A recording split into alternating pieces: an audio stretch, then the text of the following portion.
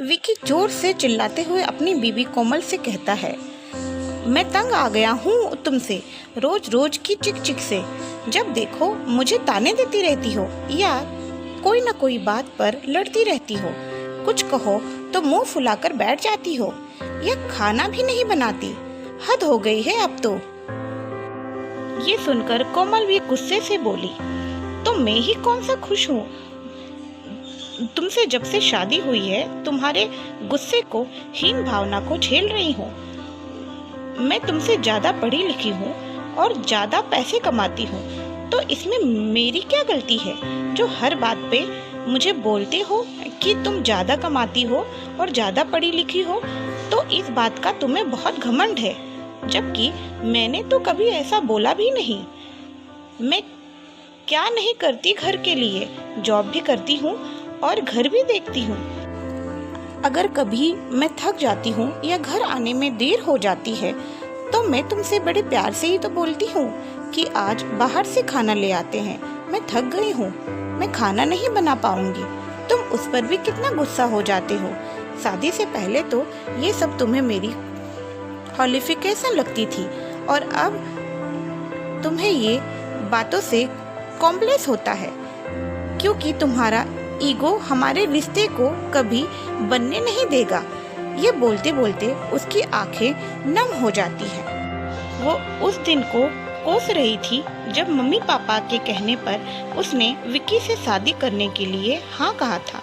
वो जानती थी कि उसका ज़्यादा पढ़ा लिखा होना और ज़्यादा पैसे कमाना, दोनों ही बातों से एक दिन विकी के मेल ईगो को हर्ट होगा और उसकी शादी में प्रॉब्लम हो सकती है। पर उसके पापा ने उसे समझाया था कि विकी बहुत सुलझा और समझदार लड़का है और मैच्योर इंसान है, ऐसा कभी नहीं होगा। खाक मैच्योर और सुलझा हुआ इंसान, कोमल ने कहा। इतने में विकी बोला, अगर खुश नहीं हो तो मेरे साथ क्यों रह रही हो? मेरे साथ तुम्हें किसने रहने के लिए बोला है? तुम्हें किसी ने जबरदस्ती रोका है क्या? तुम्हारी जैसी बदतमीज औरत के साथ रहना भी कौन चाहता है? जब से शादी हुई है मैं ही कौन सा खुश हूँ। हर बात में अपनी चलाती हो, गुस्सा तो हमेशा नाक पर ही रखा रहता है।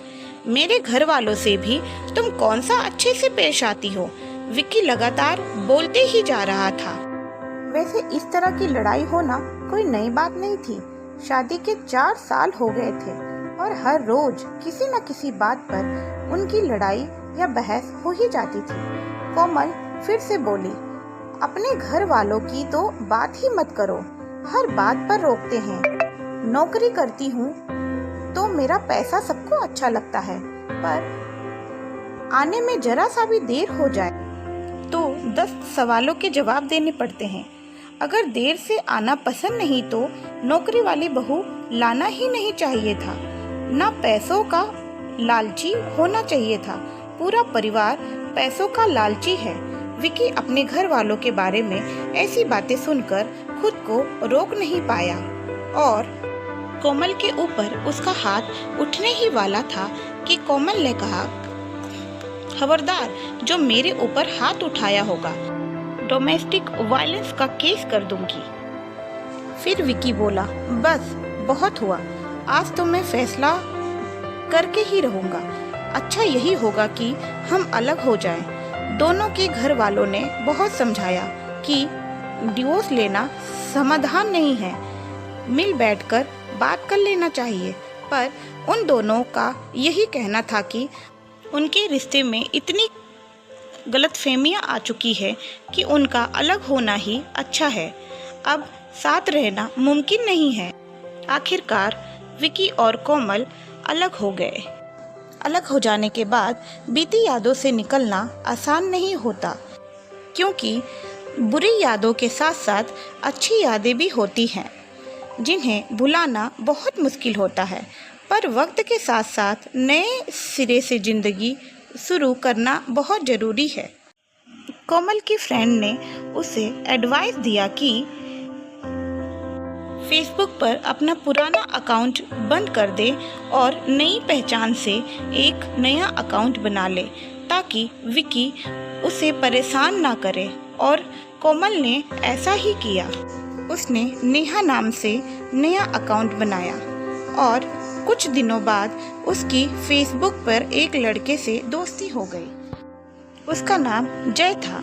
धीरे धीरे जय से बात करते करते उसे पूरे 6 महीने से भी ज़्यादा हो गया।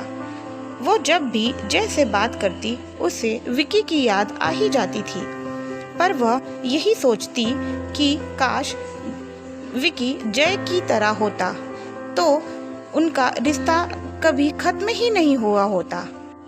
जय कोमल से हमेशा बोलता कि तुम अपनी फ़ोटो क्यों नहीं अपलोड करती हो। इस बात को कोमल हमेशा किसी न किसी बहाने टाल दिया करती थी और वो जय को बोलती थी कि अभी तक तुमने भी तो कोई फ़ोटो नहीं अपलोड की है। एक दिन जय ने नेहा को प्रपोज कर दिया। नेहा ने कहा, जय तुम मेरे बारे में जानते ही क्या हो। जय ने कहा, सबका अतीत होता है, मेरा भी है, मुझे कुछ नहीं जानना है, बस मैं तुमसे प्यार करता हूँ और शादी करना चाहता हूँ। और दोनों ने मिलने का सोचा और एक कॉफ़ी शॉप में मिलेंगे ऐसा बोलकर मिलने का पक्का किया।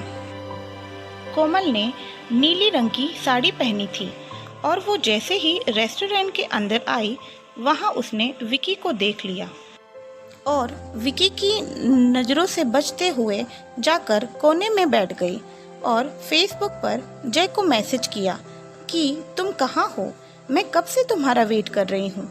तो जय का रिप्लाई आया कि मैं भी तुम्हारा कब से वेट कर रहा हूँ, तुम कहाँ हो। फिर कोमल ने रिप्लाई किया, मैंने नीली रंग की साड़ी पहनी है और मैं एक कोने में बैठी हूँ। जय ने कोमल को देखा और बोला, तुम तो कोमल हो और तुमने अपना नाम नेहा बताया मुझे। इतने में कोमल ने कहा, तुम भी तो विकी हो और तुमने भी तो अपना नाम जय बताया। ये बोल के उठ गई और वहाँ से जाने लगी। इतने में विकी ने उसका हाथ पकड़ लिया और कहा, रुको कोमल, बैठ जाओ, प्लीज़ बैठ जाओ, मुझे तुमसे बात करनी है, प्लीज़ कोमल। ये सुनकर कोमल दंग रह गई। विकी इतने शांत से और प्यार से उससे बात कर रहा था। कोमल ने अपना नाम नेहा बताया था, फिर भी विकी को गुस्सा नहीं आ रहा था। वो उसे प्यार से बैठने के लिए बोल रहा था। कोमल की आंखें नम हो गई थी। उसे समझ नहीं आ रहा था कि जिंदगी उसके साथ कैसा खेल खेल रही है।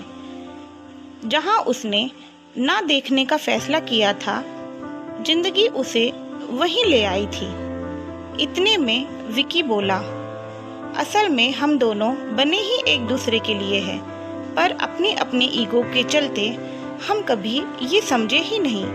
और जब हम फेसबुक पर दोबारा मिले तब हमने एक दूसरे को अच्छे से समझा और एक दूसरे को पसंद करने लगे। जब जिंदगी हमें एक मौका दे रही है तो क्या हम खुद को एक मौका नहीं दे सकते?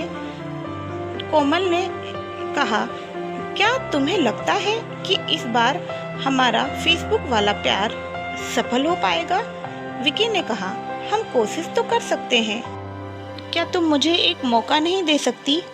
मैं तुमसे वादा करता हूँ कि मैं तुम्हें शिकायत का कोई मौका नहीं दूंगा और जो जो गलतियाँ मैंने की है उसे सुधारने की पूरी कोशिश करूँगा।